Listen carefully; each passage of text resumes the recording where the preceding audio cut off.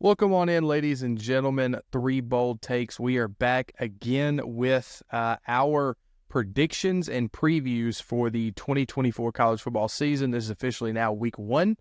Week 0 is concluded. If you haven't seen our reaction video to the FSU Georgia Tech game, go check that out. But in this one, we've got a Thursday night game at 7 o'clock. And this is an interesting one here. We've got Colorado hosting North Dakota State. Colorado is a 9.5-point favorite over the Bison with, according to ESPN, a 71% chance to win the game. Boys, interesting matchup here. Yeah, look, I'm going to go ahead and get on here and speak with some, honesty before these two start going crazy. And by these two, I'm specifically talking about Freddie. But North Dakota State, if they are going to pull off this upset, I'll tell you where it's going to happen. It's going to happen a lot of scrimmage. This is a team that's used to pushing people around in the FCS. They play fundamental football. They don't turn the ball over. They're accustomed to winning. I believe I read yesterday it's 90% of games since 2011 that North Dakota State has won, which is just absurd. And they've won most of the national titles in that time frame as well. That being said, I'm picking Colorado to win the game. You've got higher caliber athletes.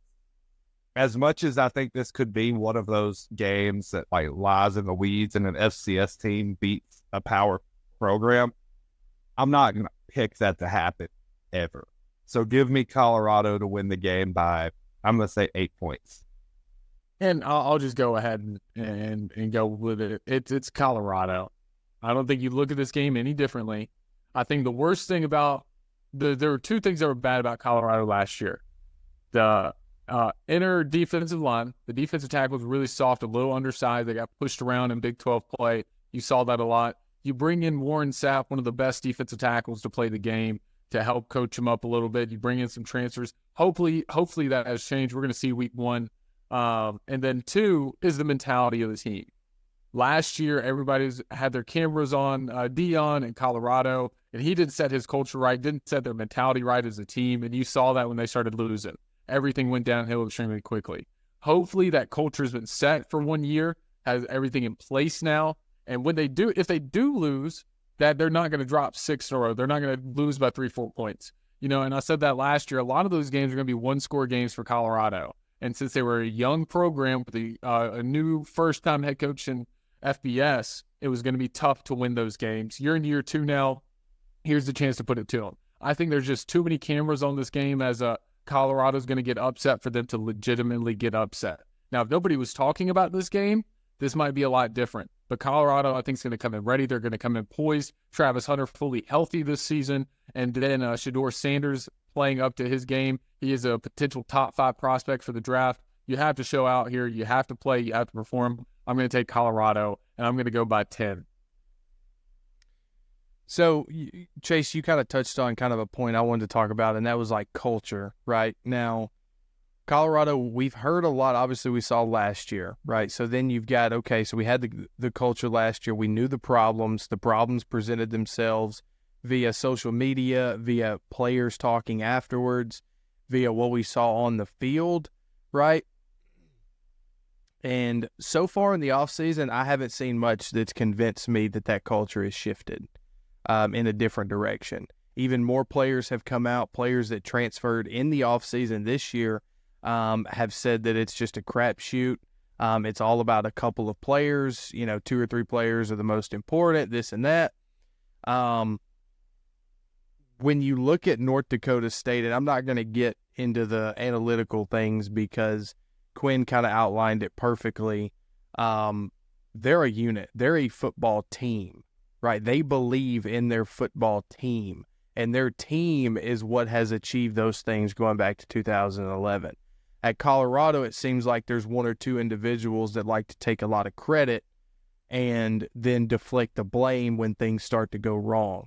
I don't think they're a team yet. I hope they get that way this year, and I hope I'm wrong, honestly. I do, because I don't particularly like seeing Deion be bad because of how much I've viewed, how highly I've viewed him throughout my life as being one of the best athletes to ever live. I mean, to be able to play football and baseball in the same year on the same day and be good at both, that just doesn't happen. Now, I can be a huge Deion fan as an athlete, but still be critical as him as a coach and not have any bias any sort of way or any particular reason. He hasn't shown me anything at Colorado to prove that he is a good head coach. Now, he did previously at the HBCU's Jackson State, but he has not at Colorado yet. And I've seen North Dakota State play very good football. And this is the one game that I believe will be an upset. In this entire weekend, if I had to put money on one game being a full upset, it would be this one. And I know that sounds crazy because of who North Dakota State is versus, Colorado and Deion and this and that. And,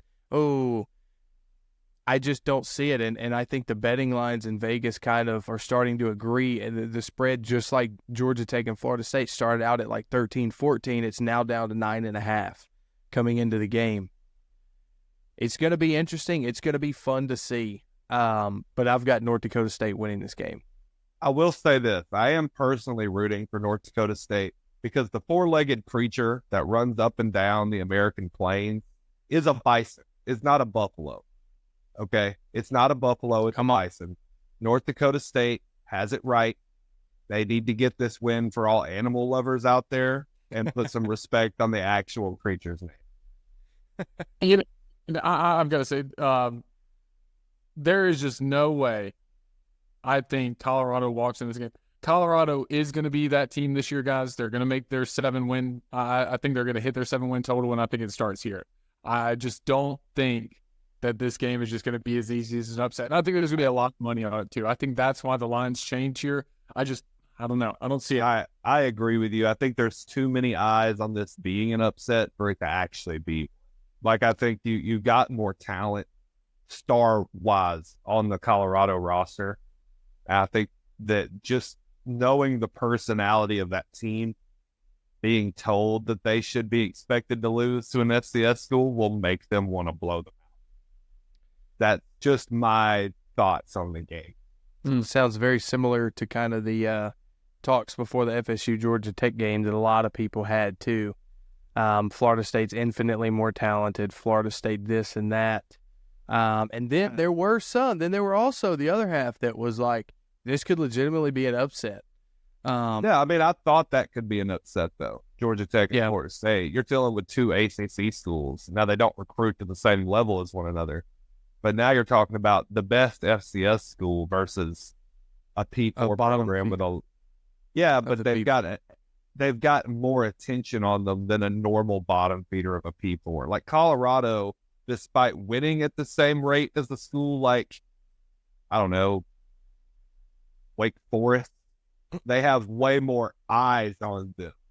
Hey, Wake Forest was actually a successful team just a couple of years ago, and they're still not got the same amount of eyes and recruit potential on them as Colorado does.